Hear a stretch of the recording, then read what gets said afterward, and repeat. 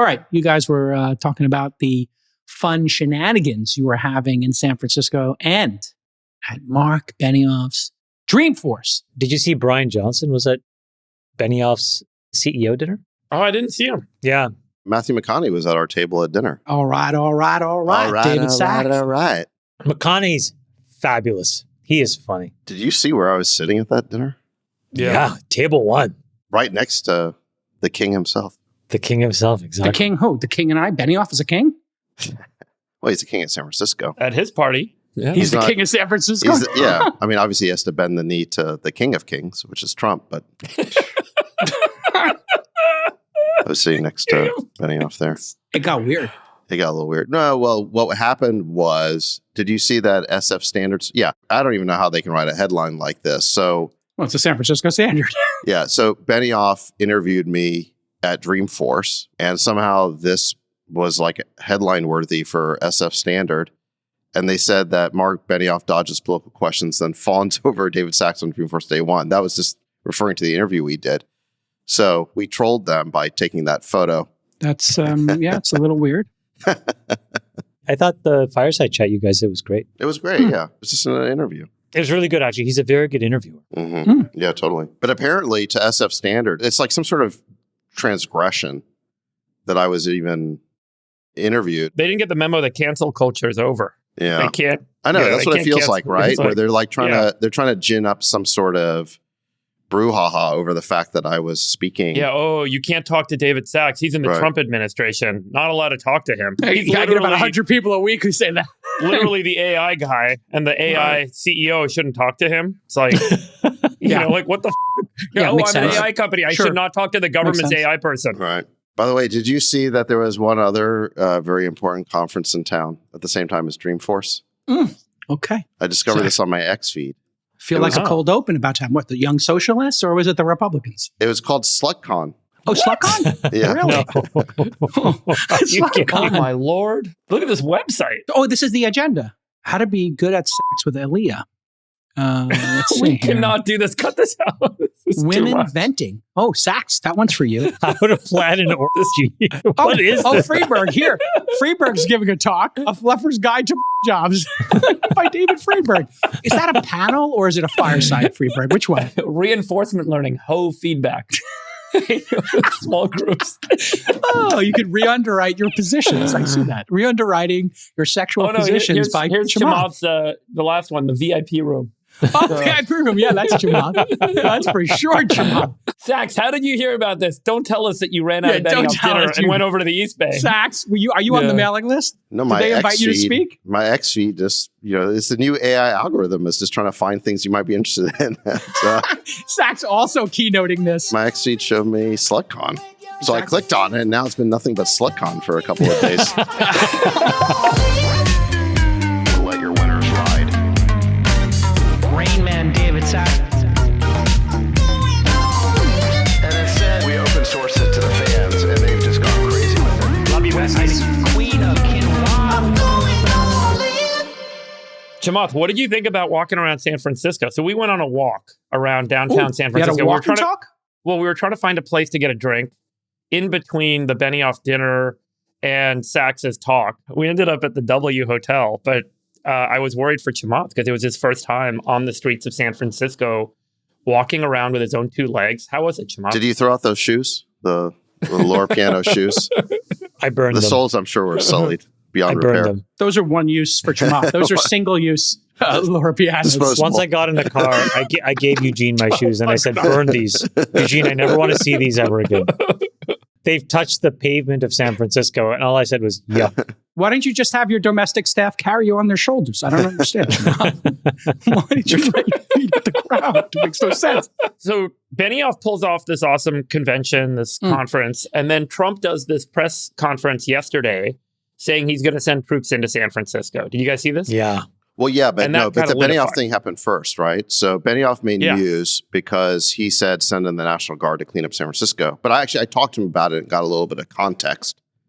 Which, of course, was he misquoted, or well, no, he wasn't misquoted, but it happened in a more innocuous way. He wasn't trying to weigh in on a political issue. Basically, what happened is I think he was describing the security at Dreamforce and how they bring in a couple of hundred extra off-duty cops to provide security. So then the reporter tried to stir the pot by saying, well, would you bring in the National Guard? And Benioff said, sure, if they can be cops. And that was kind of the end of it. And then it turns into this massive story that Benioff is supporting the National Guard coming to San Francisco, which I think he should support it. But It's not exactly what he said. He was saying for Dreamforce, he would hire them. yeah, I mean, who knows exactly what he was trying to say. But the point is that He could have just been talking. Yeah. he wasn't seeking to make the news that ultimately he made. But it's not a bad idea. You I think it's actually a cannot- good idea. Do you think Trump teed off on that press cycle when he was doing that press conference and it was kind of off the cuff, Sachs, when he said, oh, they should send the National Guard into San Francisco next? Well, I don't know. Yeah. I wasn't there for that, but San Francisco is a pretty obvious city to send in the National Guard because we have this downtown area where, it's like that zombie city area, Ugh. the Walking Dead part on Church Market Street. Street. Yeah. And everybody understands that it's because they won't stop the drug dealing. So you've got open air drug markets there on the main business thoroughfare of town, which is Market Street. And by the way, let me just back up and say that we have the best mayor we've had in decades now. Dan Lurie. Dan Lurie's great. And I think Brooke Jenkins was the DA that we supported to replace Chase Boudin after we recalled him. So I think she's good too. But they're still working within the confines of a legal system here, which is very left-wing. You've got all these leftist judges.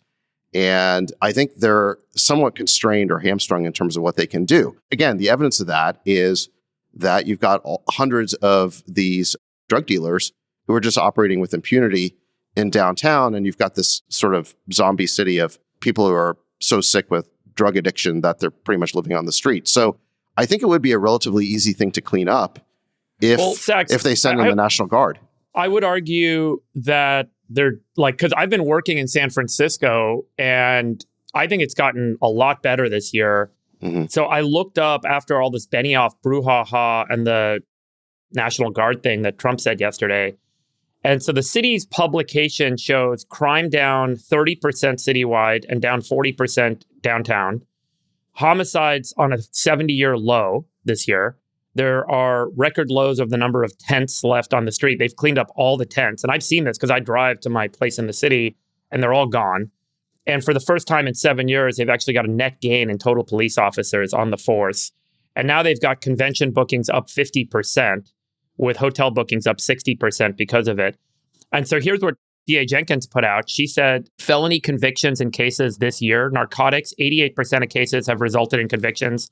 Robbery, 85% have resulted in convictions. Burglary, 72% in convictions. And gun possession, 70% of cases result.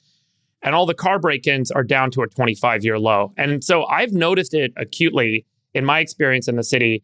So it felt a little shocking to be like, oh, we need the National Guard. This is like a city on the upswing, in my opinion. And I think things are getting much better anecdotally, and the statistics represent it too. So, it feels like there's a little bit of a runaway narrative with San Francisco relative to what I think those of us who are in the city are experiencing. Let me thread these two stories together and hand it to you, Sachs. So the interesting thing, when Sachs and I were ousting Chesa Boudin, one of the things we learned was Chesa Boudin had this famous quote where he was saying, oh, well, we can't get rid of the fentanyl dealers. I'm for drug regulation, but not for fentanyl because it's a super drug that kills people very quickly. And it turned out, he said, all these Honduran nationals were victims. Yeah. Which I guess theoretically could be true, but it's kind of like in that, what do they call it, suicidal empathy category. But it turns out this is something where ICE and the DEA have done some work. They actually started deporting these people last year because the people in San Francisco, pre-Dan Lurie, refused to do it. So the federal government actually has been taking action on this specific issue, and we've also been taking out the boats bringing the drugs here. It's a pretty controversial. And you're not seeing a city government try to block federal action either, which is different than what you see in other cities. By the way, this is a good forewarning of what Mamdani's New York is going to look like.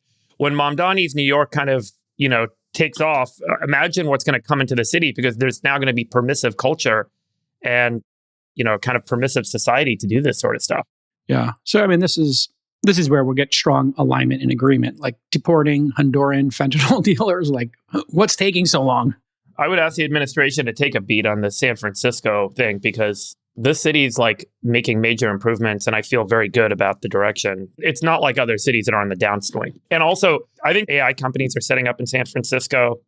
Yeah, it's Money's trending. coming back. Yeah, It's housing trending. prices are I'd moving say up. the power move by Dan Lurie would be to say to the Trump administration, hey, can we get, I don't know, 3 months of National Guard just to be in every BART station and then on these four corners in the Tenderloin, just as a deterrent? You know what people would do That would if they actually did work. that? People would protest and riot because they're like, we don't want federal policing of our city. Like, I it's wouldn't going be to too become... sure. I think you would get like 10, 20% even in San Francisco rioting. I think the rest of the people would be like, okay, it's a short duration. It's on these corners for this purpose. Okay, bring it. That's why I think the again, Democrats are making such a stupid decision. But if the city's doing their job and the city's improving, why do you need that? It's getting better. You know, like, this is not the time. That's... If things are worse and you're in a spiral if it is down, a backstop, then sure. Yeah. I mean, that maybe the reason it's getting better is because that backstop is there. What, the National Guard backstop? They're hiring more police. They haven't done that in 7 years in San Francisco. They're finally adding to the police force. Who would be a cop under and they're Lyndon enforcing, and they're getting convictions. It's kind of working. Well, I'll partially agree with both of you.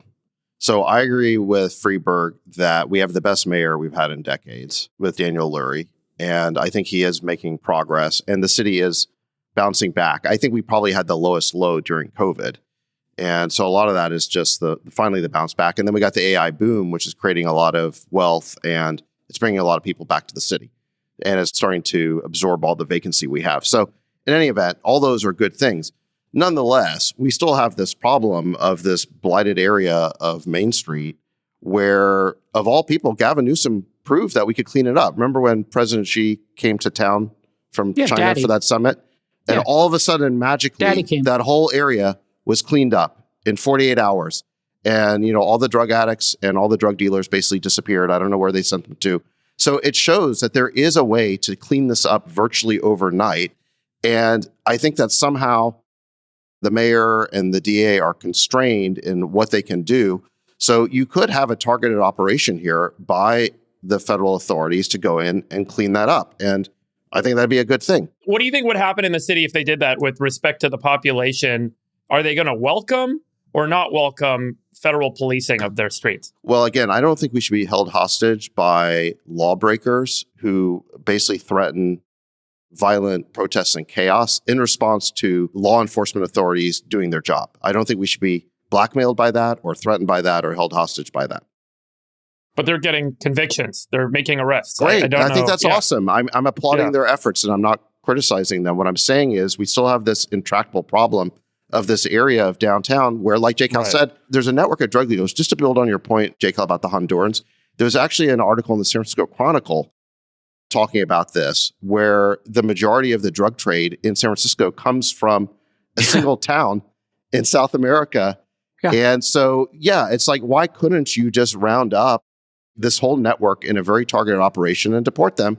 And that would clean up a huge part of San Francisco. I think there's an opportunity here. If you look at the cities where it's been very successful, so Muriel Bowser, who's the mayor of DC, obviously she wasn't thrilled about the president sending in the National Guard, and she said so publicly. That being said, she also cooperated with it, and it redounded to the benefit of all the citizens of Washington, D.C. So I think there's an opportunity here for the mayor to cooperate with the Trump administration and do a targeted exercise and clean up the streets of San Francisco. I think, or he can do it himself. They could do it very quickly himself. But he's constrained. Did you guys see this interview with this woman in DC who was describing what it's been like in DC over the last 40 years and see the changes? Yeah, she feels safe. Elon retweeted it. Nick, I sent you the link on Signal. Just listen to what she says. It's really, to your point, Sachs, it's like, it's just such a no-brainer thing to do. The question now is, I think, is a political calculation. Who wants to take credit for it? Because everybody should be doing this. Oh, let's listen to this. I'm always got to be the person to say it, and I don't want to be the person to say it. But Donald Trump has been president for 9 months. 9 months! And I'm seeing videos from Chicago, D.C., where people are like, yo, I feel safe. My kids feel safe. This is the best thing he ever did for us. So what was happening all these years that this like literally I've known DC and Virginia to have this type of going my whole life, and I'm in my 40s, okay? Almost touching it. So what was really truly going on? If a became president 9 months ago and cleared that out with just a flick of the pen. I'm just thinking, like, did y'all really ever care? Exactly. So I think that the point she's making there is we don't have to live this way. This is a choice. Okay. Yeah. And we don't have to live in San Francisco with our main drag, our main street, Market Street, basically being an open air drug market where you've got hundreds of people who are addicted, doing drugs in the street, doing other things in the street. And again, Gavin Newsom proved that it could all be cleaned up very, very quickly. So look, I think it's great that Daniel Lurie and Brooke Jenkins and the new administration are doing a better job, but they're still constrained and hamstrung by their own, well, let them say that, by the city's, liberal mindset, extreme liberal mindset towards what's possible. And I think, like that person just said in the video, Trump just did it with a stroke of a pen. This is a choice. We don't have to live this way. It's the biggest unforced era since opening the southern border. These are just the two stupidest decisions the Democrats ever made. And they're obviously the easiest thing to do to split the two approaches here, Friedberg, is to have Dan Lurie say, thank you for offering Trump. We would like to have it for this period of time in this location. Then you could communicate to the people of San Francisco, it's just a test. It's just on these 3 streets. When it comes top down and you don't have a choice and J.B. Pritzker does what he did, which is I'm going to ban you from coming in and reducing crime. Like, do you hear yourself, Pritzker? Like, I want to stop you from lowering crime. There's something else we got to do as well, which is we got to stop funding the drug addiction because the city provides something like $2 billion a year to these NGOs who are supposedly there to, quote, take care of this homeless / addicted population. And they manage them like their flock because for every addicted person they add to the flock, they get paid more money. And so obviously, this is why we have this problem here. And in fact, the homeless we have in San Francisco are not predominantly from San Francisco. They're from all over the country, all over the surrounding area. Yeah. They come here for the benefits. So we create the magnet for all these people. So part of it's law enforcement. Then also part of it is just cut off the flow of money that's funding their drug addictions. You are 100% correct on that. I completely agree with you on that point. And I think that forced treatment center transitions is needed, obviously. We have a program, I've mentioned this on the show before, but for those who haven't heard about it, to hear about the absurdity of these programs in San Francisco, there's a program called the Managed Alcohol Program. $5 million per year out of the San Francisco city budget is spent on this program where you can walk into a hotel, they have free beer. You ask for a beer, they give you a beer. What? You drink the beer, you go out, you party, you come back, you get another beer. So they have all these studies that rationalize this program, which is, this is a way to help alcoholics recover from alcoholism when they're homeless and they need this treatment. But here you can see this is from last year. The treatment being beer? Yeah, so the treatment is beer. Yeah, that works for alcoholism, I've heard. But it's one of these absurd things where now it's kind of a joke because there's also this close part of downtown where it's a little bit of a kind of do what you want where they kind of keep folks. It's like, hey, you can use your needles here. Then folks will get a drink. They'll play music. They'll go out to the thing. It's really sad how these programs, obviously well-intentioned initially, become of the most absurd. If you want more of something, keep spending money on it. In fact, there is a program for people who are addicted to gambling, and they give Chamath free flags and cranberries at the Wynn to help him with his craps addiction.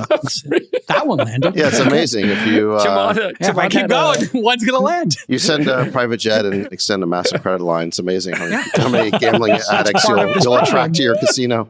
By the way, did you guys see that J.B. Pritzker disclosed his income from 2024? And let's guess. Over under. Give us an over under. Out of the 10.3 million, 1.4 million of it was gambling winnings from Vegas. What? Yum, yum. Okay, all new respect. 1.4 million playing blackjack. So he's counting cards. Yeah, definitely. Wow. Definitely counting cards with sacks. Yeah. Well, no, I'll just tell you, look, to win $1.4 million in blackjack, you basically need to be betting $100K a hand. Even I don't do that. That's the only way you can win that much, which is a lot of money per hand. Not judging. I'm just saying. Sacks? Sacks. I mean, that's Dana White level. He's Dana White level hitting that. I'm not David at that level. Sachs at Caesars. No, I'm not at that level. Yeah. Come on. David plays at the $100 a hand table. He's got great. By the way, just to put some numbers behind it. Speaking of Vegas, aren't we going next month? Yes. Yum, yum. Yum, yum. Just to put some numbers on it, homeless budget, San Francisco, unbelievably high estimate, like 800 million, lower estimate, 700 million. And low estimate for homeless people is like 8,000, high estimate's like 20. If we cut in between these two, they're spending $52,000 a year per homeless person. $52,000 a year. It is a to not complete, solve the utter problem. grift. Well, they don't have an Yes. incentive to solve the problem because, again, a lot of this The money funding goes to goes away. NGOs and they get paid for every addict they can add to their flock. Thomas Sowell had a great line about this. He said that you get as much homelessness as you're willing to pay for. Well, So- and your point before is other places don't give the services, so therefore the homeless slash junkies converse about this, and then Right. they pick the right we destination. don't have to live this way. I We don't have appreciate to the live this way. mayor. I appreciate the DA, but we don't have to live this way. And there's more that can be done. That is exactly it. You do not have to live this way. Yes. Do not stand for it, folks. Okay, here we go. Lots of topics. The US-China trade battle is continuing, and this time we have a new wrinkle. Trump and Xi are set to meet in South Korea later this month. They're going to work out a grand trade deal. And this would be their first in-person meeting since 2019, 6 years ago. But last Thursday, China announced new export controls on 12 of 17 critical rare earth minerals effective December 1st. Obviously, we need these for EVs, batteries, your AirPods, everything. And on Friday, Trump threatened a 100% tariff on all Chinese imports on top of the existing tariffs as of November 1st and accused the CCP of trying to, quote, hold the world captive. Stock market tanked, recovered on Monday when Trump told everybody, don't worry about it, it's going to be all good. So far this week, things have mostly de-escalated. Friend of the pod, Treasury Secretary Scott Bessent, said the Trump-Xi meeting is still on track and, quote, we have substantially de-escalated. Also, he said the 100% tariff does not have to happen. However, on Wednesday, Bessent called the export controls unacceptable and that it's China versus the free world. Let's take a pause here. Friedberg, thoughts on price controls generally, and if you want to expand into the overall relationship with China as it relates to rare earth metals, go for it. Bessent's comments on the price controls speak to what he calls a non-market economy, meaning that the Chinese government is intervening and creating artificial surplus in the market, which drives prices down and effectively eliminates competition. And so the Chinese push in the 90s, supported by the CCP, ultimately eradicated competition and made it non-competitive for US companies. So they exited the market, and now the United States finds itself completely dependent on Chinese suppliers. Particularly as it relates to rare earths, there was this company called Molycorp that ended up going out of business. The asset, the Mountain Pass mine that Molycorp operated, became MP Materials, which Chamath knows well, and did this big deal recently with the US government as they've tried to revitalize production at this mine and increase output. Friedberg, can you explain price floors for people just in case? So price floors are that the government is going to mandate that things have to cost at least X. So they increase the price of inputs and basically make it more difficult for China to undercut pricing, which increases the rationale for capital to invest in starting competitors because now they can have a guarantee of revenue or a guarantee of price. But the problem is that I would argue the government's role maybe shouldn't be in setting price floors because that creates, a very bad effect long term on the market. The government should deregulate and create a more free market in the US. A large reason why mining and processing of the ores moved offshore was because of the regulatory environment in the United States, which made it difficult to compete with China. And we could argue about the environmental laws and how extensive and how relevant they may be today relative to the 90s. But this created a real challenge for companies to compete because it was so much more expensive to operate in the US. So I would argue we should be focusing not so much on setting price floors to create an incentive for folks in the US to get involved in the industry, but rather to deregulate and to provide perhaps tax incentives and other economic incentives. So you don't inflate the cost of things, but you create a much more kind of liquid market and drive much more volume and interest in building on this side. All right, price floors. When we were talking about Kamala Harris running for president, she was asking for price floors and price fixing and making sure the government got involved in this. How is this different, Sachs? Well, look, as a general matter, I agree that the federal government shouldn't be setting the prices of goods and it shouldn't be picking winners and losers in the economy. But I think this is a different situation because over the past 30 years, we haven't really had a free market in rare earths. What's basically happened, like Freeberg was saying, China has been allowed to dominate this industry. And specifically, what they did is, starting 30 years ago, they identified rare earths and rare earth magnets, the rare earth processing, as a very strategic element in the supply chain. And they set out to dominate it. And they did that by massively subsidizing their businesses and driving all of the US competitors and the global competitors out of business. And they were partially allowed to do that by stupid WTO rules that allowed, quote unquote, developing nations to subsidize their own industries, even though China is not developing. I mean, their economy is comparable to ours, and yet these WTO rules allowed them to effectively cheat by subsidizing their industries at the expense of our industries. And the result of this is that they do now have coercive leverage over the supply chain. And over the last few weeks, they just used that, imposing this vast new export control regime on rare earths. And their idea is to tighten the screws when they feel like it and to use rare earths as a form of leverage in the relationship with the United States. So we're well past economics here, and we're into international relations, we're into the balance of power, we're into national security. And I don't think that the price floors here are designed to make the government the mediator of what prices should be in the free market.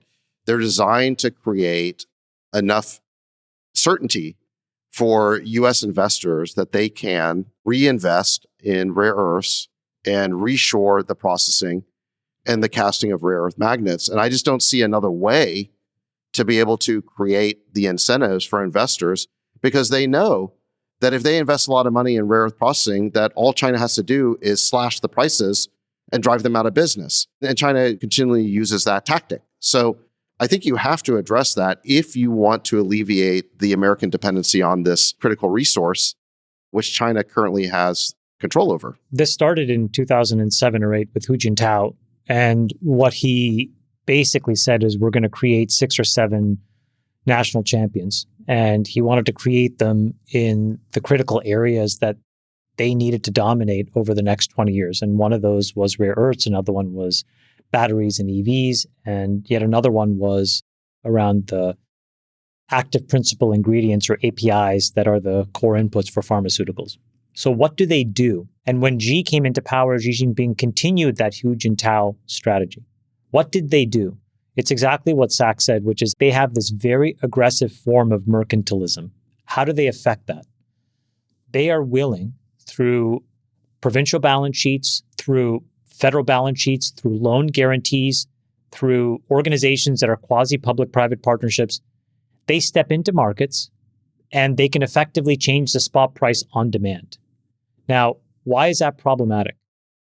In America, I'll tell you the example of one of our businesses. You do these deals that are called take or pay agreements. So MP has a deal with General Motors, one of my businesses that makes LFP cathode. Same deal with GM. You do what's called a take or pay, which means that General Motors steps up and says, great, I will buy X amount of volume from you at Y price. And so you go and you take that deal to Wall Street and you say, I need financing to build a factory or a capability. Contrast that to the Chinese company who just goes to the government and the government says, here's a bunch of incentives and money and price breaks, just go build it. So already we're a little bit behind, but it's much more free market and it's more transparent. So you take a deal, you go to Wall Street, they give you money, you start building it, you start to produce it, and then you expect General Motors or Ford or Tesla to start buying this stuff. But as Sachs said, if all of a sudden China sees it, what they do is they enter the market and they will dump an enormous volume of that product into the spot market. What happens? The price craters. Now, all of these end buyers are in a really tough position because their competitors can buy at a much bigger discount than they can. They have to flow that price through their products. Their prices are more expensive. They have less demand. And that's the huge negative cycle that China has complete control of. So why is the federal government stepping in to create what is essentially a last resort buyer of record? It is so critical in these markets because the U.S. balance sheet is the only one that can create a strategic reserve around these inputs. Not dissimilar to how we do with petroleum, we can nominate now things that are critical: dysprosium, copper, NdPr, all of these things that can now absorb the price shocks that China may otherwise be able to affect. So I think this structure where we now have these public-private partnerships, frankly, is the only practical antidote to dealing with this issue. Otherwise, we're always going to be prone to this very clever and accurate and smart mercantilism from the Chinese. So I'm a big fan of this general market structure. It's the only way that you cannot be theoretical and actually respond to the conditions on the ground. Yeah, we've been doing a little research on this, and here's neodymium. This is one of the two inputs for magnets, for permanent magnets. And you can see here, $50,000 for a ton. Back in 2020 during COVID, it spiked almost up to $250,000, and then it came back down. So look, you can imagine, like, it's incredibly difficult when there's that much volatility to try to buy CapEx, to try to plan OpEx, to try to extract from the ground, go through all of the regulatory rigmarole that Western countries have to go through, and then all of a sudden have a sale price that you can't control. And if you look at the cost, we were just doing some research on it. If you get your AirPods, it's 1 or 2% of the cost of that. Medical devices, it's a lot more, but even in a Tesla Model Y, it's 10 bips. It's less I think this is an inaccurate way of looking at it. You have to look at the actual mass. And so the real problem is in cars, in engines, you're talking about tens of kilos ultimately. And that's where the real costs build up. And then separately, the permanent magnets that go into cars, you can work your way around. The real in future markets that really matter is in robotics, because these permanent magnets are the key input to the actuation mechanism of the robots. Meaning, how do the robots move? How do the joints move? Through actuation. That happens because of rare earths and permanent magnets. And as Elon said at the summit, he's building all those himself. Right now, only 7% of the known deposits of it have been found. There's plenty of it out there. But to your point, I came to the same conclusion as you, Chamath, which is we should be building a strategic reserve of these. And if you look, we could be, buying them when these things are down and deploying them when people need them. I think we have to do something different. I think instead of trying to time the market, I think what the United States can be much better at is having a broad forecast of demand, knowing how many million tons of this stuff we will need, and just thoughtfully and methodically being a purchaser of record to create these strategic reserves. And then the worst case that can happen is you can do a swap with these customers. So Tesla all of a sudden can't go into the spot market. They should be able to come to the strategic reserve and be able to buy lithium. General Motors needs something, whomever, right? Figure robots need something. I think that mechanism is the only way we can compete effectively on a day-to-day basis with the Chinese. I mean, I would argue, I think we actually, if we let the market work and we create the necessary kind of structure to allow the market to operate, meaning the regulatory barriers are diminished to develop mines and to conduct the processing of the ores. So there's two sides of the equation when it comes to this kind of industry of rare earths. The one is mining the ore. This Mountain Pass site, which is kind of on the border of California and Nevada, which is now MP Materials. They've got this rare earth ore called bastnasite. That's the ore that you get out of the ground. And then you have to process that ore to get the elements out of the ore that you want to use in manufacturing. The processing steps, I kind of went a little bit deep on this over the last week because I got really interested in why we don't do this anymore in the United States. And there is so much nasty output from this process. You're using very strong acids to do leaching. You do processing, you do extraction, refinement. All of the material kind of gets separated out from the rock. And it's dirty. And as a result, there's byproducts and waste and environmental exposure, but also human personnel exposure. But the technology hasn't been deeply developed in 40 years. It's still kind of 40-year-old chemical engineering technology. And we stopped developing it about 40 years ago in the United States. It's not even technology. It's know-how. Yeah, it's not. It's just metallurgy and chemistry. But there are techniques now that can be applied that can do this in a kind of scalable, safer way without any of the environmental hazards. But this is largely why this shifted over to China, is they didn't have the sort of regulatory burdens that we have in the United States, which made it much cheaper and the labor cost was much lower. But with automation and certain systems, we can actually process this ore. It's not super complicated. It's a series of well understood steps of chemistry and mechanical separation. So we could process ores. The other kind of important point is there could be well over 1,000 times the proven reserves of rare earths in the existing proven reserve catalog using new discovery techniques. So USGS, the Geological Survey in the United States, has this kind of earth MRI system where they're trying to do new mapping. But there's also several private companies that can use radar and microwave imaging. And then you can use the system of interferometry where you actually put multiple beams down underground and you can get a better read or a better understanding of where these ores might lie. And there are unproven reserves in Texas, in Wyoming, in Colorado, in Missouri, all over the continental United States. So if we did decide, hey, this is strategic to us, I do think one of the important points is that we could unlock both new kind of discoveries and new refinement systems in the United States and actually be truly competitive with China if we put the will behind it. So I think like this is a good moment for the United States to observe what's going on and not just kind of be, focused on China's production. I think we could outpace them and accelerate through this if we chose to. So Sachs, where does all of this fit into the broader agreement? And you think that they're going to go to South Korea and come out with a deal? And do you have a sense of like what the contours have to be to make this a success? Well, the Treasury Secretary, Scott Bessent, who we know, just said that the Trump-Xi meeting is still on track. And he also said that we have substantially de-escalated and that the 100% tariff does not need to happen. So he says it's still on track. By the way, I think he's doing a phenomenal job here. He really understands the intricacies of this trade relationship. And I think he's capable of both applying pressure, but then also finesse. So I think he's doing a great job on this. But in any event, I think the reason why you want to have the leaders meet, President Trump and President Xi, is that I think that this relationship, this bilateral relationship between the US and China, will work best when there's an agreement at the top.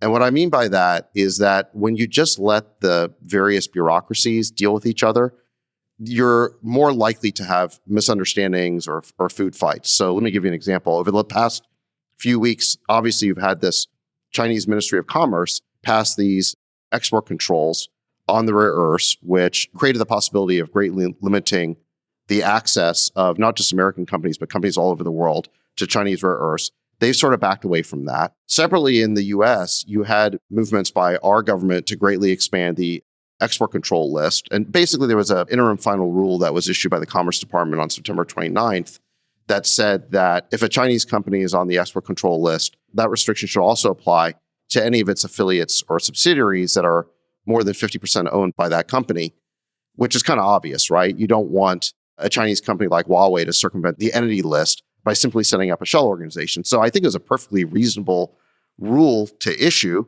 but then China reacted to that very strongly. And so there's just such a high chance of the two sides miscommunicating with each other and over-escalating when you just allow the bureaucracies to talk to each other. And I think what's most needed right now is to have a grand bargain between President Trump and President Xi, and that will then calm down the relationship. And obviously, this is going to be a very competitive relationship for as far as the eye can see, because there's both security and economic competition going on. But I do think that when you have an understanding at the top, it creates conditions for more stability. All right. Traders on Polymarket think or know, depending on the situation, that we are going to see cooler heads prevail. 15% chance of the 100% tariff on China going into effect by November 1st. In other words, 85% chance it's not going to happen. 73% chance of US-China trade agreement by November 10th. Who do you think has the greatest incentive to decouple? The US or China? I think both sides understand that they can no longer be dependent on the other for things that they consider to be critical. So, I mean, the US has realized, wait a second, we can't allow China to have a monopoly on rare earths. And by the way, it's not just the rare earths, the processing, it's also the casting of the rare earths into magnets. So there's this long tail of, 20,000 different kinds of magnets that are made from rare earths that are used in the industrial supply chain. And if China were to cut those off, then it would greatly impede manufacturing of pretty much every different kind of electric motors, from cars to other goods. So in any event, my point is just the US clearly cannot be dependent. I'm sure that China is reaching a similar conclusion. That doesn't mean that trade can't happen between the two countries. I'm sure it will continue, but I don't think either side wants to be in a position where the other side can use its leverage beyond just economic terms into geopolitics. But with respect to the Belt and Roads Initiative, like, don't you think China's been planning for the decoupling in kind of a very long-viewed way relative to the United States? And they're more, I would say, prepared and active to execute the decoupling, whereas the U.S. still is waking up to the fact that there are certain kind of critical supply chain dependencies that we have with China, and maybe we shouldn't be decoupling as quickly as we stated our intention to? Like, it feels like they're in a pretty advantaged position, Sachs, in both the buy side and the sell side. They have 20% youth unemployment. They have a demographic time bomb that's gone off.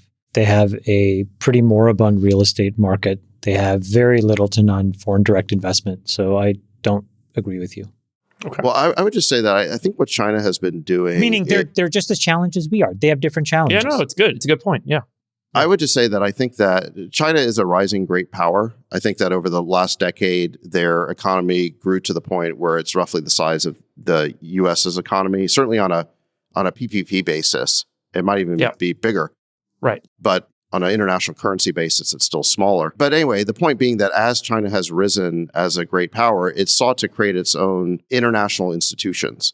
And so if you think about, what the U.S. has NATO, obviously, and the G7 and the World Bank and the IMF and all that kind of stuff. And what China has sought to do is create, they created the Shanghai Cooperation Organization, which is a security-focused organization. I wouldn't call it quite the equivalent to NATO, but it's trending in that direction. They've been probably the main sponsor behind BRICS. And Belt and Road, I think, is part of that. They're creating their own network of relationships. They're creating their own international order. And it is a challenge to the U.S. order. I mean, during the unipolar moment from, say, 1991 to, 2017, the U.S. was the only great power in the system. And we basically defined all the key international institutions. And China, as it's risen, has done what all great powers seek to do, which is to create their own order. And so, I think they do want to be somewhat independent of the U.S. They don't want to be dependent on us.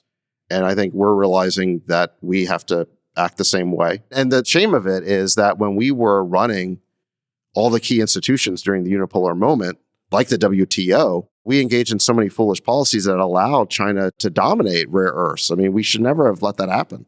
Can I clarify one thing, which is I think that a lot of people don't know this historical artifact, which I think is so fascinating, which is I don't think China is a rising power. I think China is a reascending power. And the reason I say that is if you go back to 1500 to now, over all of those years, China had the world's largest GDP 70% of those years. Yep. 70%. So if you think about it in that context, especially as a Confucian society, I think the Chinese think about this as, hold on, this is reasserting the dominance that we've always had. And I think if you start to look at it through that lens, that's why they view the blending of public-private partnerships, the organizations that go and help backstop private companies in China. The other interesting thing, which I learned studying China, is how they allocate capital. The capital allocation system is both rigid, but it's incredibly flexible. What do I mean? The way that China allocates money is the following. You have Xi Jinping and his close circle of people. They dictate the priorities, right? I would think there was an article, Nick, you can find it, but Xi is personally right now helping to draft the 5-year business plan of China. But what happens is it goes from that central group of like 7, 8, 9 people to the Politburo. And when it gets approved by the Politburo, it gets sent to all the provinces and then it gets sent to the prefectures. So an example was in 2006 and 7, when they decided to prioritize EVs, what you effectively have is a cascading set of venture capitalists who are operating against a national priority, and then they are rewarded for it. And so you essentially have 300 VCs running around, organizing human capital in all of these different provinces against all of these different priorities. And at the end of that, you get a BYD or you get a Xiaomi or you get these great companies. And I think that that is what's so daunting if you think about it. So that's another thing that we have to factor as well. They have and they have one of those plans, Chamath, for every industry. It's not just so they have like an agriculture 5-year plan, they have an energy 5-year plan, and in each one it details out their forecast of not just like how to catch up, but what's possible. And that's why they're charting new avenues of innovation in nuclear power. Yeah. It's about them, I think, getting back to where they have been, as opposed to them realizing that they could potentially be the world's largest economy. It's more them saying, we were the largest for so long, we took our eye off the ball, and now we need to get refocused. I think that's more of a national pride kind of motivation here, but it's obviously different people, different country, different governing structure, et cetera. Isn't that incredible, though? 70% of the years since 1500, they had the largest GDP in the world. It is incredible. It's stunning. Yeah, I mean, there were these innovations that drove some of these shifts. The technology of ships and fleets of ships drove the Dutch Empire to its prowess and then the British Empire to its prowess. And there were these moments of technological innovation. But you're right, always on the heels was China. And this may be China's moment of resurgence across the board. The person who really saw this ahead of the curve was Lee Kuan Yew from Singapore, basically the founder of Singapore. Yeah. And Graham Allison wrote a book about Lee Kuan Yew where he talks about his insights. And there's a couple of quotes here that I think are really good on this. What Lee Kuan Yew said is that it's not possible to pretend that China is just another big player. This is the biggest player in the history of the world. And he also said that the size of China's displacement of the world balance is such that the world must find a new balance. So, Chamath, like you're saying, China was the biggest power in the world for hundreds of years, and then it was kind of overtaken by the Western powers, and now it's kind of reasserting itself. But in any event, this is why I think that during the unipolar moment, the U.S. should have been a lot more careful about facilitating China's rise. 100%. Because we created a monster. And this is the point 100%. That Professor Mearsheimer has made many times. And he wrote about this going back to 2002, saying in his article about whether China could rise peacefully. And he said the answer is no, because if we facilitate their rise, we will create a geopolitical competitor. And we'll go from being a unipolar world order to a multipolar world order. And that's basically what's happened. But at the time, just remember, like when they were admitted to the WTO, and the motivation was really about lowering the cost of goods and services for the American consumer, which was like an intrinsically reasonable motivation. It wasn't like there was some nefarious intention at the time, but it was short-sighted in that it didn't do the calculus, fast forward 20, 30, 40 years, to determine, well, if we then kneecap our ability to actually produce anything, where are we going to be if they do start to decouple? And that's effectively what's happening. It was hubris, though. It was hubris because we thought that there was only one great power in the system, and that's the way it would always be. We thought great power politics was off the table, and we thought that we were at the end of history. It wasn't hubris. It was greed. The CEOs at the time and the people who were influential in making donations to politicians wanted to make more money.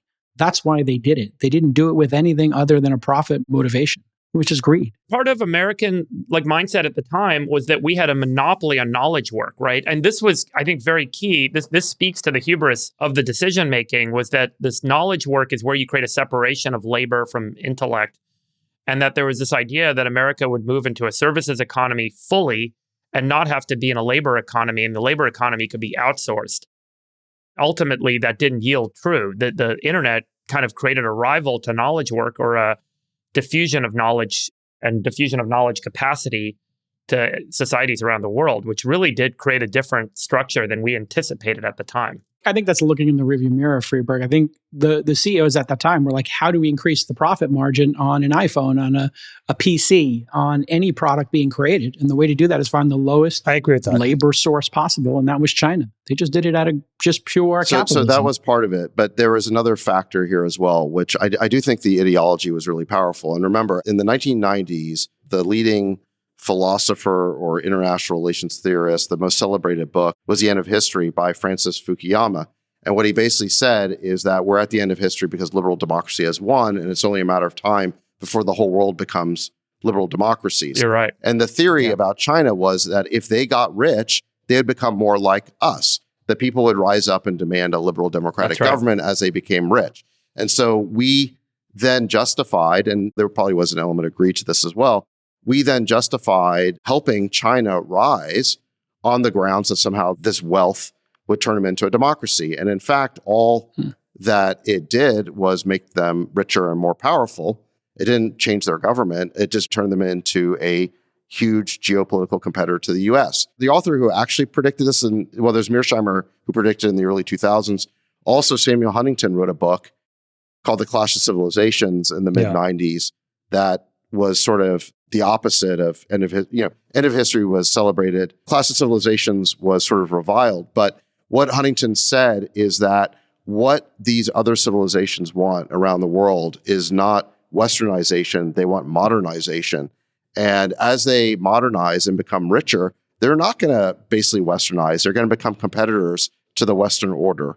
And that's basically what happened. I thought for sure you were going to say Friedman's The World is Flat, which was, I think, air cover for all this because you would get the peace dividend if everybody had McDonald's and everybody was watching the same movies. Go ahead, Chamath, you have some thoughts? That Huntington book is actually exceptional. The thing with Francis Fukuyama is he writes in this beautiful way, but he literally bats zero. It's like you could basically read a Francis Fukuyama book and understand that whatever the opposite of what he wrote is likely going to happen. Anyway, that's neither here nor there. But I just wanted to pick on what Jason said because I agree with him. The thing is, you had a lot of this geopolitical tension, Sachs, which I think you articulated well. Like the elites were coming together, like we're going to convert China, we're going to do all of this stuff.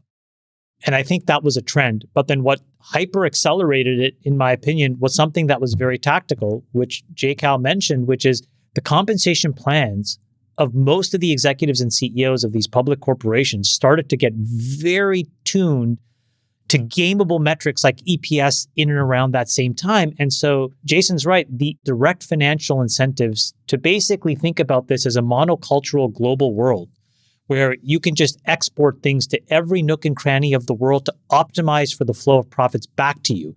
Trap them in any country you want because it doesn't ultimately matter to your compensation. That perversion also happened at the same time, which I think accelerated what otherwise would have given us maybe another decade or two to realize that we weren't in complete control of our destiny. So it gets, you can see it also in Taiwan with like, how in the world did 90% of the chips come out of one tiny island? It's just capitalism. Like it's the best place to do it at the cheapest price, the most efficiently. And then you have now this dependency on Taiwan because we didn't think about redundancy and supply chain. Freeberg, in related international news, Trump is put up, or the Trump administration has put up about $40 billion to help out Argentina. Can you explain what's going on there? They're trying to bolster the credit rating of Argentina with the currency swap. That's related to the financial condition the pro-Milei proponents would argue he inherited. The opponents would say, he's making things worse. The U.S. is stepping in to support his free market kind of principles that are ultimately going to drive cross-border cooperation. So I think that the swap agreement puts in place a bolstering of support. I thought this was related directly to rare earths. To rare earths? I'm not sure about rare earths. All right, Chamath, I saw you retweeting some of this, and there's been a little bit of a back channel in the last 48 hours, kind of breaking news here. Data centers are spiking the cost of energy, or people are perceiving it to be doing so, in different geographies here in the United States. And I guess not wanting to be hated or get into wars with consumers, some big tech companies are standing down plans. Explain what's going on here, Chamath, and if this is a trend yet. I put this out there when I wrote that because I do think that this is the beginning of a trend. Just to be very specific, Google was planning a $1 billion spend on a data center in Indianapolis County or Indianapolis. And essentially what happened was there was enough pushback that it looked like if it went to vote in the city council, they would have voted against the approval of the data center, against the necessary zoning and other regulatory approvals. And so I think to avoid what would have been an awkward press cycle, Google just pulled it and said, don't worry, we're not going to do this here. And so that in and of itself, I think is an isolated incident, except that in this same week, it happened 2 other times. In Wisconsin, there was a proposal very similar to Google's, but this time from Microsoft, where again, those local residents got pretty upset And in the 11th hour, Microsoft pulled it. And then in the third example, there was an attempt by an Amazon data center to get built near Tucson that I think also was mothballed. So why is this happening? When I tweeted this out, or when I posted it rather, the comments were pretty instructive. I think that there are three things that I took away from it. Thing number one is that people are seeing their prices of electricity go up in the local areas where the data centers are being built. The second is that people are worried about the water consumption of these data centers and the cost of water and the access to clean water, and that the plans to be net neutral on water consumption may or may not be real. So there's a concern there. And then the third that many of the people commented was about the actual noise pollution that it was creating. But I took a step back from this, and my thought is very simple, which is it actually speaks to one of three very important inflection points that we're dealing with on the AI side, right? So one of them we talked about last week, which is you can't have 50 state laws, right? It needs to come from the federal government so that there's one set of regulation and that there's clarity. So effectively what Sachs has been able to execute on the crypto side, I think his intention is to try to do this on the AI side, and I think the federal government needs to be given a chance to do that. Otherwise, locally in the United States, the only winners are going to be lawyers, and then we're going to create an own goal and China's going to win. Okay. Second, we just talked about it, is the government needs to be the economic backstop to the US supply chain that powers AI, right? And we talked about all these things, the metals, the minerals, the rare earths, so that the tax that companies can extract are mostly market-driven and not exploitative and doesn't create air pockets in the funding cycle. Okay, so we talked about that. But here's the thing that nobody talks about. When you look at these data centers, I think what it's saying bottoms up is that these hyperscalers need to get these communities on their side. I think that there is no understanding of what a token is. What is a token? I don't think if you ask the average person on the street, they know what it is. What they know is that tokens are not jobs. And if AI is going to be embraced by the public, I think what we need to do a better job of is to show the tangible economic benefits, especially in places like Wisconsin and Indiana that may feel like they're missing out. So we can't have this narrative that AI may take your job away while it's also doubling your electricity price, because they're not feeling and seeing the abundance that we think that it can offer. This is exactly right, Chamath. If you think about the average American citizen, they have somebody in their family who drives for Uber or DoorDash. They have truck drivers, they have Amazon factory workers, and all those jobs are going away. It's just a matter of when. And some people believe we can handle the displacement, others don't. I had Friedberg. Cal, my idea is you have to use the balance sheet of these big companies, use that free cash flow, and it can act as a cushion for a lot of what needs to happen. So yes, they can pay higher tariffs for electricity. They can also just frankly go and pay for some amount of the electricity bill of these local folks. They could pay for solar and storage if they wanted to. There's a plethora of ideas here where they probably are going to need to step into market to get folks on their side. And I think they have to do it. It's interesting you mentioned that because I just had Zach Dell from Base Power on This Week in Startups last week. And what they do is they put batteries on the side of your house. Outside, they're square ones, so they're not as svelte as industrial ones, like industrial ones. And then they will fill those batteries when the electricity is cheap. They'll deploy it. When it's expensive, they get the arbitrage. And I said to him on the show, they only charge consumers, I think, $500 or $1,000 to install it, just so they have some skin in the game. You don't have to rip your roof apart and put solar on. It's just batteries. And I said, well, why don't you do that and do an entire neighborhood? Like when they build these 3,000 home infill neighborhoods, why don't you put them on every single one and then create a network for data centers? And he said, stand by. That's exactly what we're working on. So it kind of combines your idea. Sachs, you're the czar. What are your thoughts on what Chamath points out which is the average working American and their perception of AI? You have job loss You have electric bills going up, and then you have, hey, fake news, the reality, is this real or not? These Sora slop videos I'm seeing, it feels like there's a little bit of a trend towards a negative framing of the AI innovation, and maybe it's not going to help the bottom half of society. Are you seeing that? Do you believe it? And do you have plans to counter it? Well, what I see is that we just came off a quarter of 3.8% economic growth, of which 40% was attributable to AI. So in other words, if we didn't have this AI boom going on, by my math, our GDP growth rate in Q2 would have been 2.3% instead of 3.8%. So AI is the difference between having great GDP growth, say around 4%, and modest GDP growth around 2%. So it seems to me that everyone who wants to have a great economy should be supportive of this AI boom that's happening. The job loss narrative is just that. It's just a narrative. It's a story. The media loves to tell it. It's mostly theoretical.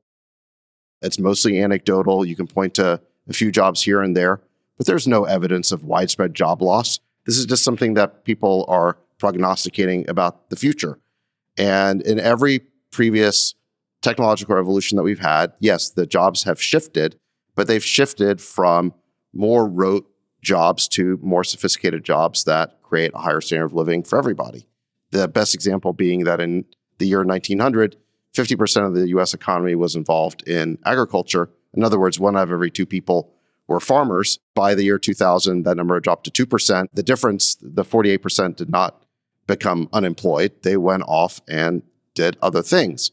They worked in factories, for example, and they went into the services part of the economy. So I think what's going to happen here is that AI is going to enable people to shift their work to more gratifying and less rote parts of the economy that will increase productivity and standards of living for everybody. Biology has a really good way of explaining this. And I think this goes to the heart of why the job loss narrative is a fallacy, is because humans are end-to-end. What makes them really good and irreplaceable is that they can do an entire job end-to-end and they can pivot their objective and figure out what their objective should be.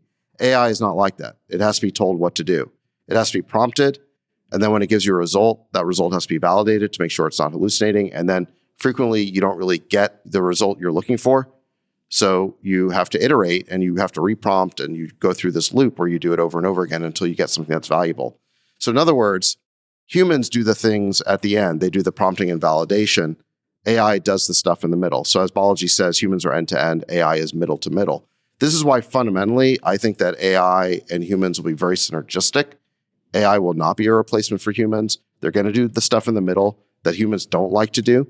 And it's going to allow humans to be much more productive. So right now, I'm very optimistic about this boom. And I do think that people who are criticizing it should really think about whether they want the US to have 2% growth rates or 4% growth rates, because that's what we're really talking about here.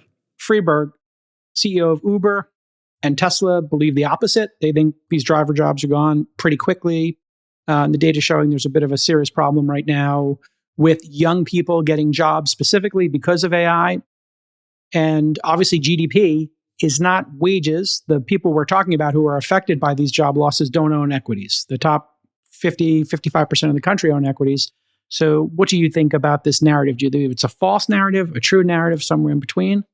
Okay, here's how I would think about what may happen. Rather than think about someone, quote, losing their job, which, you know, is a term you keep using and others keep using. And displacement, honestly, I think would be, yeah. I don't know, whatever it is. You're acting like they're passively in a victim state. We have the lowest unemployment in history, and there's an extraordinary demand for new capacity of work by humans to do stuff in the United States right now because of the extraordinary manufacturing build out that is underway, driven largely by AI and soon to be robotics and several other industries. We just talked about rare earths mining and processing. There are many industries that are taking off in this country that have not existed.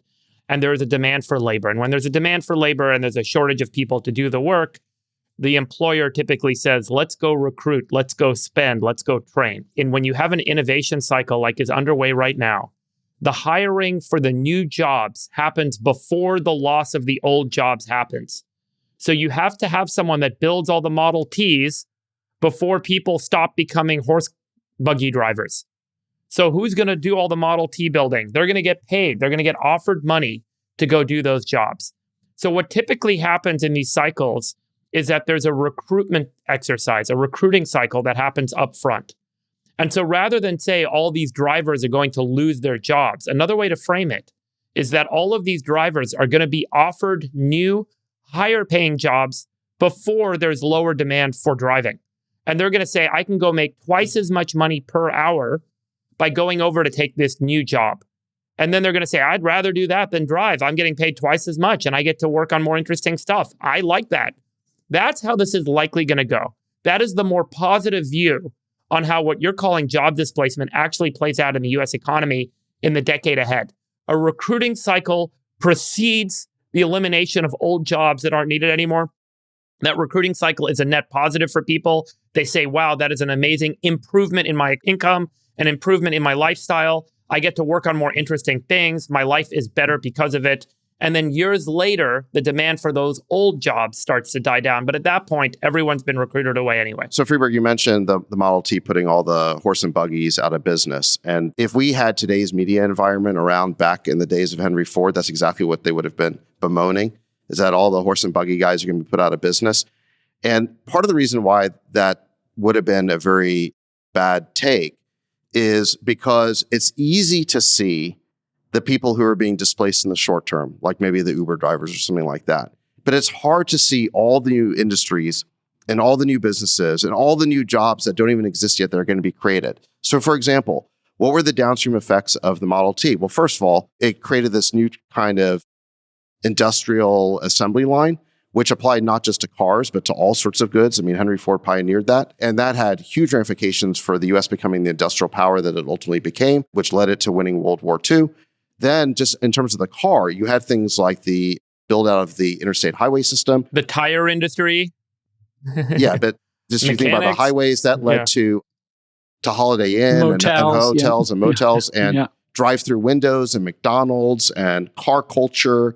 And the taxi cab industry itself emerged. George Lucas got his start as a director by making the film American Graffiti, which was all about car culture in the 1950s. So that led to Star Wars. I mean, there's all these butterfly effects of the Model T being invented, which are absolutely massive. And it would have been impossible to foresee all of that stuff 100 years ago. When you have these new industrial revolutions or these new technological revolutions, it's going to increase the capacity of humans to design all sorts of new products, create all sorts of new businesses. And what we've seen is that this lump of labor fallacy, that you have all these humans that we don't know what to do with, so you have to just keep them busy, has always proven to be a fallacy throughout human history. And by the way, those buggy drivers did not lose their jobs. They chose to go into one of these new industries where they were offered more money. I don't think this is the issue at all. I would say that when you look at Arizona, Indiana, and Wisconsin, what you are looking at are people whose jobs are not at risk today, tomorrow, or the next day because of AI. I don't think that's what it is. And I think that they probably on the margins benefit. The question is more, how are they getting information and how are they processing their point of view so that they show up to these local municipality meetings and essentially cancel progress? That is a very important thing to diagnose because it is not isolated. So I'm trying to ask the question, which I think is a more practical and important one, is what do we do to make sure that the narrative and the facts are clear? Because right now you're seeing very different and diverse pockets of people in largely purple and then some red states voting against the exact things we need to bring this abundance forward. And I think we need to figure out why and how that's happening and have a version that counteracts that. Otherwise, this will become more slowed. It will not go faster. Well, you bring up a good point. There are, I'd say there's legitimate and illegitimate reasons to be skeptical of AI. So the one that you bring up, Chamath, that I think is very legitimate is that we are going to have to stand up a lot more electricity power generation. Otherwise, it could drive residential rates up, and that will create a backlash to AI and the build out of data centers, and we don't want that. So that's a legitimate issue that has to be solved. However, there are what I would call illegitimate reasons to fear AI, and that's got everything to do with the media environment and their spreading of all of these unproven narratives, in many cases based on contrived studies, where they're saying that there's going to be 50% job loss in the next few years, or you have all the Terminator type scenarios where AI is going to grow beyond our control. All of these doomer narratives that are being created that are scaring people and creating a knee-jerk reaction at the state level, which we talked about last week, where there's now 1,000 bills going through state legislatures, mostly because the legislators feel a need to, quote unquote, do something, not because they know what they want to do. So there's a lot of unnecessary fear out there that's been created by the media and then by organizations and companies who have a regulatory capture agenda around this. I hear you. What I'm saying is we need to figure out how to fix this, because you can't have Google, Microsoft, and Amazon cancel essential projects that advance this entire sector and economy forward. We're not talking about some random fly-by-night business here. We're talking about 3 of the 5 pinnacle horsemen of the AI race that we are fielding on the field. Well, we're looking for suggestions. Do you have any off the top of your head? Do you think it's in education? Do you think it's in explaining the value of AI and how those people in those states would benefit from it? Or do you think it's just simple economics, lower their electricity bill? I think there are 2 things. The people in Indiana and Wisconsin said, again, electricity prices, water, and noise. I think that we can fix those problems. And I think we meaning our industry, and specifically the hyperscalers, need to start using these gobs of free cash that today public markets don't value anyways. It's not like Google, Amazon, Facebook gets credit for their cash. In fact, Facebook's stock price went up when they basically burned through all their cash. You want to see them invest. And so if you really want to take the CapEx around AI and make it a true super cycle, there's another avenue of where capital can be deployed. I would encourage the CEOs of these companies to wake up and get their act together and do it. That's number one. And then the second thing is I think that we need to have better spokesmen for our industry. So meaning every time you see somebody talking about all these navel-gazing technologies and then can't translate it into simple English into product value. For example, this week, on the one side, we have anthropic AI doomerism that Sachs had to confront. But then on the other side, there were all of these people that got freaked out because OpenAI wants to push towards erotica. And all they could think of was the impact to their children. Again, this is not necessarily true or not true. But the point is we need to have better, more eloquent, reasonable spokesmen who can articulate a vision that everybody can buy into. And I said this on X. What is Arabella and Soros going to get behind now to find a boogeyman? You don't have Israel. You're not going to have, Ukraine soon. So what are you going to find as a boogeyman? And it's unfortunately sitting right in our backyard. Yeah, I'm not sure Altman is the greatest spokesperson for the industry. Just to clean up a little bit here, Freeberg, my position isn't doomerism. I just think displacement's going to be more significant than we think. And the evidence I have of that is just watching what's happening with young people applying for jobs and the increase in unemployment there. And then looking at the people who deploy AI at the highest velocity, which are obviously tech companies. And if you look at Alphabet, they had peak Googlers in 2022, 190,000, and they've had massive earnings and profits increase and have 187,000 people now. In other words, less. And then you do the same for Meta, Uber, and Amazon. Meta peaked at 86,000 employees. Now it's 75.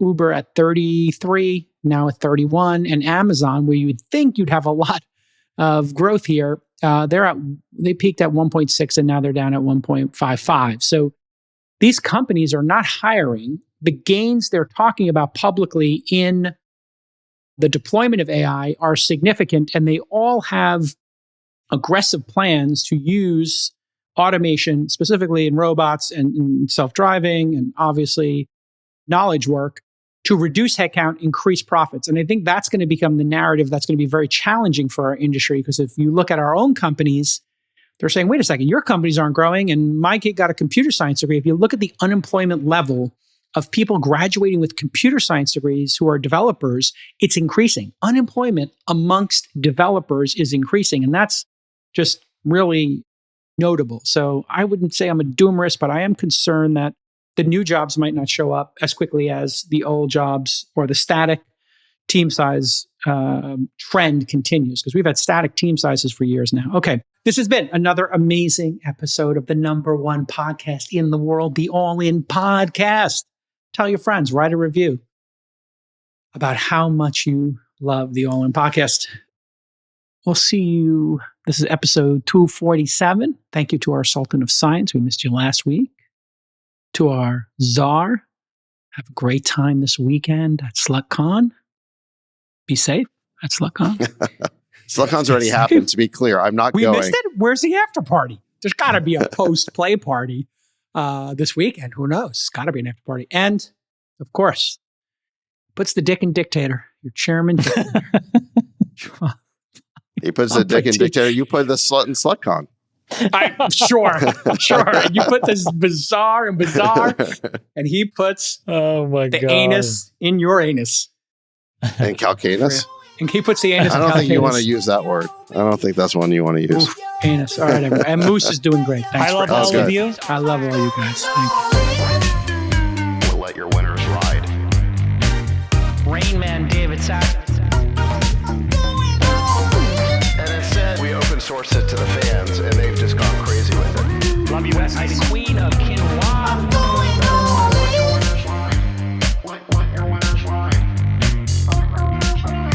Besties are back. That is my dog taking a notice in your driveway.